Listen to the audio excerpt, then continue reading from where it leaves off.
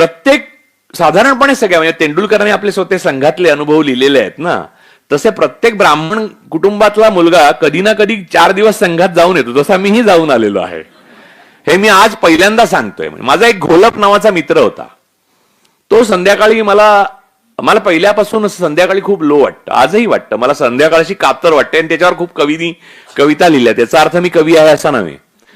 तर संध्याकाळी मला असं वाईट, मला घोलप म्हणायचा, अरे चल आपण जाऊया. मी एक लहान म्हणजे कितवीत होतो, 6वीत होतो, 6वी का 7वीत होतो.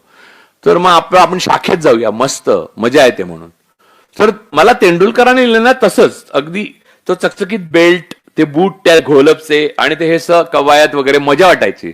आणि मी एकदम हडकुळ, म्हणजे माझा फ्रुटी नावाचा एक जे बॉक्स यायचा त्याचा स्ट्रॉ होता, तेवढं माझं मनगट होतं. आणि कोणी दम देऊन जायचा आम्हाला, सुका दम किंवा ओला पण. म्हणजे तर मला असं वाटायचं की आपण खूप पॉवरफुल झालं पाहिजे, ताबडतोब तगडं झालं पाहिजे आणि हे असं बेल्ट बिल्ड लावून म्हणजेच आपलं सगळं निश्चित परफेक्ट होणार म्हणून. ह्या गणवेशाचं जे आकर्षण आणि हे आहे ते दुर्बलतेतनं आलेलं होतं. मला इन्फिरियरिटी होती की आपल्याला कोणी मारून जातं यार, आपण काय वजनाचं काय कमवूच शकत नाही. 42 किलो वगैरे वजन होतं आणि माझं खूप वाढलं वजन. तेव्हा कित्येक वर्ष 58 किलो वजन होतं. त्यामुळे संघाचं आकर्षण स्वाभाविक आहे मला असणं. तर मला ते घोलप बरोबर मी एक जवळपास 6 महिने संघात गेलो. आणि आमच्या घरात काही राजकीय परंपराच नव्हती किंवा असा राजकीय विचार काहीच नव्हतं. माझे वडील हे जेव्हा रिटायर झाले तेव्हा Bombay chamber of commerce and इंडस्ट्रीजचे डायरेक्टर HR होते आणि आई हाऊसवाईफ होती. त्यामुळे आणि त्यांना असं काही थेट ह्या पक्षाचं किंवा त्या पक्षाचं असं काही नाही. ते मतदान करत असत, पण मला शेवटपर्यंत कळलं नाही ते कोणाला मतदान करतायत म्हणून. या काळामध्ये मी बघितलं की हे चकचकीत बेल्ट, खाकी चड्ड्या, पांढरे शर्ट, शिक्षक, आणि एकदम वागायचे चांगले. शिक्षक अतिशय प्रेमाने वागत असत. अतिशय म्हणजे चुकीचा अर्थ घेऊ नका, प्रेमाने वागत असत. तर अहो, मुलांमध्ये प्रेमाने वागलं पाहिजे, असं काय करता तुम्ही. तर ते अतिशय प्रेमाने वागत असत आणि समजवायचे की उद्या ये हा बाळ, आला नाहीस का. मग घरी यायचे, बघायला यायचे. आणि मग मला असं झालं की खूप पाऊस पडला, वडील वेळेवर आले नाहीत. मी डोंबिवलीला राहायचो तेव्हा. तर वडील आले नाहीत वेळेवर, तर संघाचे 2 स्वयंसेवक घरी पाठवून द्यायचे मला, माझ्यावर गप्पा मारायला वगैरे. या लेवलला असं उत्तम पारिवारिक हे चाललेलं सगळं. अशामध्ये माझं वाचन वाढलं आणि मी गोडसेंची पुस्तकं वाचली, गोपाळ गोडसेंची. मला वाटलं काय हे गांधीजी मनुष्य होते. म्हणजे फारच डेंजरस, की भारताला फारच कॉम्प्लिकेटेड परिस्थितीत आणून सोडलंय माणसानं. माझी जन्मठेप पण वाचलं. लोकांचा असा समज आहे की मी बालपणापासून जन्माला आलो त्या क्षणी सावरकर विरोधी बोलायला लागलो, बोबडा. असं काही नाहीये. हा एक भ्रम आहे.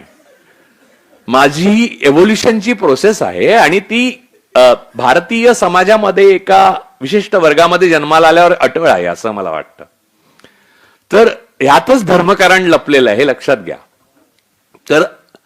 तर मूळ मुद्दा हा होता की माझ्या गावी माझं जे बालपण गेलं तिथे पण ही पुस्तकं मी वाचली होती, पण तेव्हा मला जेवढी कळली नव्हती तेव्हा इथे आल्यावर कळली. आणि मग माझा एक स्वभाव आहे की हे पुस्तक वाचलं की त्याच्या विरोधातलं पुस्तक वाचायचं. हा स्वभाव कुठून आला हे मला माहित नाही, याचा उगम कुठे झाला मला आठवत नाही, खरं सांगतो. पण मी तशी पुस्तकं शोधायला सुरुवात केली. मी गांधीजींचं वाचायला सुरुवात केलं. ते तर भारीच कठीण. पहिले काय वाटलं माहितीये ना, गांधीजी फारच सोपं लिहितात म्हणून. आणि नंतर माझ्या लक्षात आलं हे फारच कठीण आहे म्हणून, की हे सोपं जे लिहिणं आहे. विनोबा पण तसेच लिहायचे, सोपं लिहायचे. साने गुरुजी लिहायचे. साने गुरुजी तर म्हणजे मराठीतले सर्वात असाधारण लेखक नाव घ्यायचं तर मी साने गुरुजींचं नाव घेईन. साने गुरुजींचं लिखाण जे आहे ते वाचताना नुसता तुम्हाला आनंदच मिळतो आणि तुम्हाला कुठेही भाषा वाचतो आहे असं वाटत नाही. ज्या पुस्तकाला कुठची भाषा वाचतो आहे न कळता तुम्ही रममाण होता ना, ते पुस्तक सुंदर. तसं गांधीजी लिहायचे. गांधीजींचं मी सगळ्या भाषांमध्ये हिंदी, गुजराती, मराठी, इंग्रजी सगळं वाचलेलं आहे, बऱ्याच भाषात. त्यांचं कुठच्याच भाषेमध्ये कॉम्प्लिकेटेड गोष्टी नव्हत्या. गांधीजी हे एका ओळीत जर स्पष्ट करायचे झाले तर अत्यंत धार्मिक माणूस, पण आयुष्यात कुठच्याही देवासमोर डोकं ठेकवताना त्याचा एकही फोटो नाही असा होता.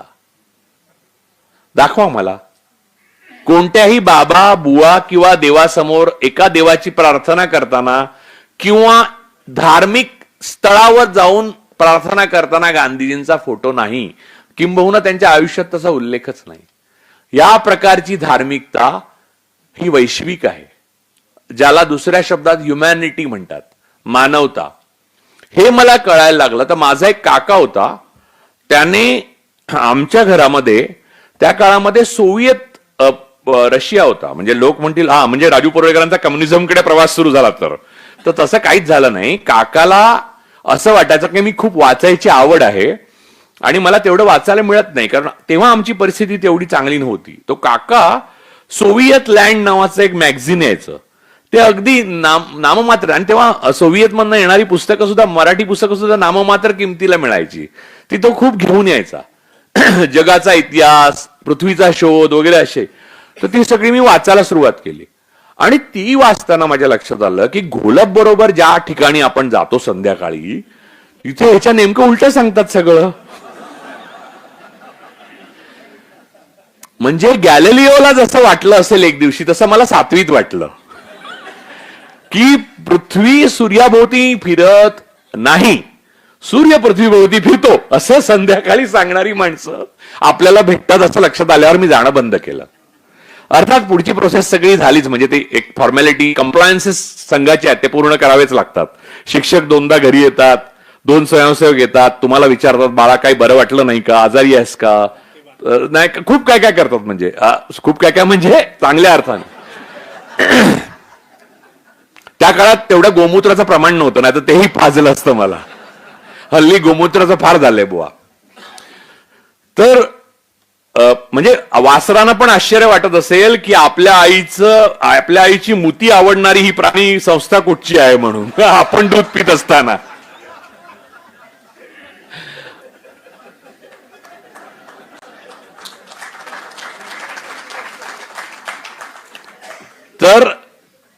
तर मूळ मुद्दा असा आहे की या सर्व कालखंडामध्ये माझं परिवर्तन होत गेलं. मग मी गांधीजी वाचले, मग मी जीना वाचले, मग मी श्यामाप्रसाद मुखर्जी वाचले. म्हणजे आजच्या सारखंच होतं बरं काय, तेव्हा पण चित्र तेच होतं. म्हणजे अगोदर माझ्या जन्माच्या खूप अगोदर, स्वातंत्र्याच्या अगोदर, की बोलायला पाकिस्तान आणि फाळणीच्या विरोधी.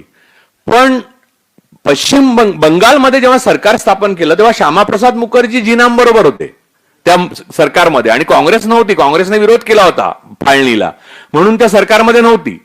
द्विराष्ट्रच्या थिअरीला पाठिंबा देणारी 3च माणसं होती भारतात, नेते. एक स्वातंत्र्यवीर विनायक दामोदर सावरकर असं ज्यांना म्हणतात ते,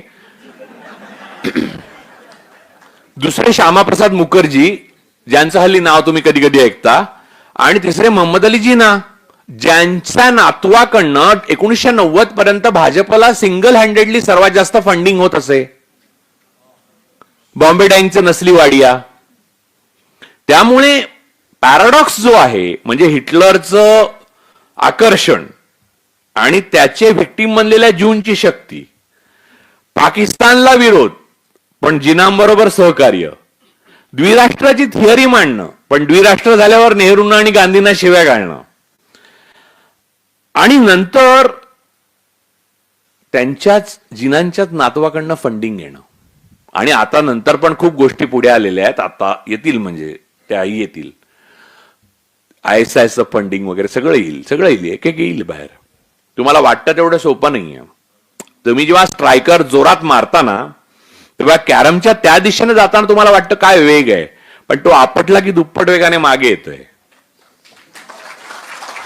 म्हणजे हा फिजिक्सचा नियम आहे. हो, बाण आहे ना, बाण तो असा सोडू नाही शकत ना तुम्ही मागे जाता पहिले, आणि मग सोडला की तो सुसाटत जातो आणि मग तो निशाण्यावर लागतो. त्यामुळे पुढे जाण्याकरता पहिले मागे यायला लागतं. भारतीय समाज, पुरोगामी समाज हा पुढे जाण्याकरता मागे आलाय 11 वर्ष, अशी माझी श्रद्धा आहे.